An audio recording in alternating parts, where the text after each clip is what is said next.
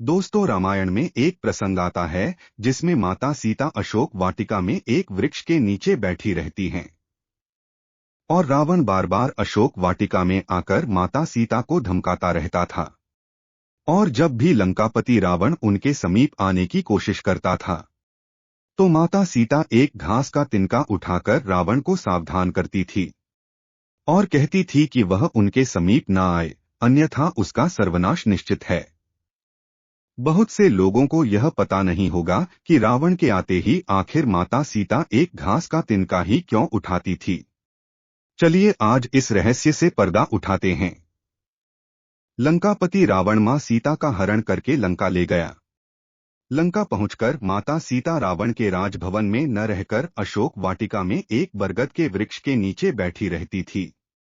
रावण अपने सैनिकों के साथ बार बार वहां आता और अपनी शक्ति व गुणों का बखान कर मां सीता जी को प्रभावित करने की कोशिश करता और असफल होने पर मां सीता को धमकाता था। लेकिन मां सीता मौन धारण किए चुपचाप बैठी रहती थी। एक बार रावण सीता जी को भ्रमित करने के लिए भगवान श्री राम का वेश धारण कर मां सीता के पास पहुंच गया। जैसे ही वह मां सीता के पास पहुंचा, उसका मन बदल गया और वो वापस अपने राजमहल में लौट आया। उसे वापस आया देख रावण की पटरानी मंदोदरी ने उससे सवाल पूछा, आप तो राम का वेश धारण करके गए थे, फिर भी सीता को प्रभावित नहीं कर सके, क्यों? रावण ने जवाब दिया, मंदोदरी, जब मैं राम का वेश धारण कर सीता जी के पास गया तो सीता के प्रति मेरी भावना ही बदल गई। वह मुझे मां रूप में नजर आने लगी। रावण ने अपना हर पैंतरा आजमा दिया, हर दाव चल दिया, लेकिन वह माता सीता को किसी भी प्रकार प्रभावित नहीं कर सका।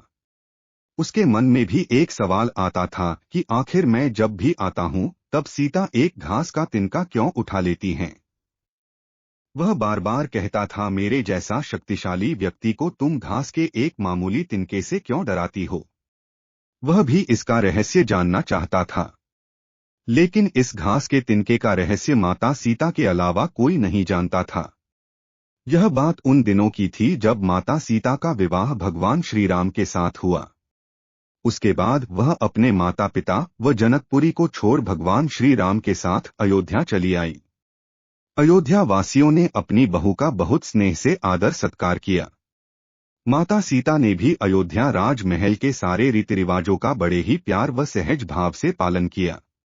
इन्हीं रीति रिवाजों में से एक रिवाज ऐसा भी था जिसके अनुसार माता सीता को घर के समस्त लोगों को कुछ मीठा पकवान बनाकर खिलाना था। माता सीता ने मीठे पकवान में खीर बनाई और समस्त परिजनों को खीर खाने के लिए आमंत्रित किया गया। सभी परिजनों ने माता सीता का आमंत्रण स्वीकार किया और खीर खाने बैठ गए। मां सीता ने सबको खीर परोस दी, लेकिन न जाने कैसे राजा दशरथ की खीर पर एक छोटा सा घास का तिनका गिर गया, जिसे मां सीता ने देख लिया। चूंकि वो खीर राजा दशरथ को दे चुकी थी और उन्होंने खीर खाना शुरू कर दिया था, इसीलिए अब मर्यादा बस उनके लिए उस तिनके को हाथ से उठाना संभव नहीं था। तभी मां सीता ने दूर से ही उस तिनके को घूर कर देखा और वो तिनका जल कर राख हो गया। सीता जी ने सोचा, उन्हें ये करते हुए किसी ने नहीं देखा, लेकिन राजा दशरथ ने मां सीता के इस चमत्कार को देख लिया था। दशरथ ने सोचा कि पति पत्नी में तो कभी कभी झगड़ा भी होता है, और अगर सीता ने राम को इस तरह घूर के देख लिया तो 4 की जगह मेरे 3 ही पुत्र रह जाएंगे। उस वक्त राजा दशरथ चुप रहे, लेकिन कुछ समय बाद उन्होंने सीता जी को अपने कक्ष बुलवाया और उन्होंने सीता जी को बताया कि आज उन्होंने भोजन के समय उनके चमत्कार को देख लिया था। तब उन्होंने सीता जी से कहा, आप साक्षात जगत जननी स्वरूपा हैं, लेकिन आप मेरी एक बात हमेशा याद रखना। आपने जिस नजर से आज उस तिनके को देखा था, उस नजर से आप कभी भी अपने शत्रु को भी मत देखना। बस इसी कारण जब भी रावण माता सीता के सामने आता था तो वो उस घास के तिनके को उठाकर राजा दशरथ की बात को याद कर लेती थी। माता सीता चाहती तो रावण को पल भर में ही राख कर सकती थी, लेकिन राजा दशरथ को दिए उस वचन की लाज रखने के कारण वो हमेशा मौन धारण कर लेती थी। दोस्तों, अगर आपको कहानी अच्छी लगी हो तो कमेंट बॉक्स में जय सिया राम लिखें और चैनल को जरूर सब्सक्राइब करें।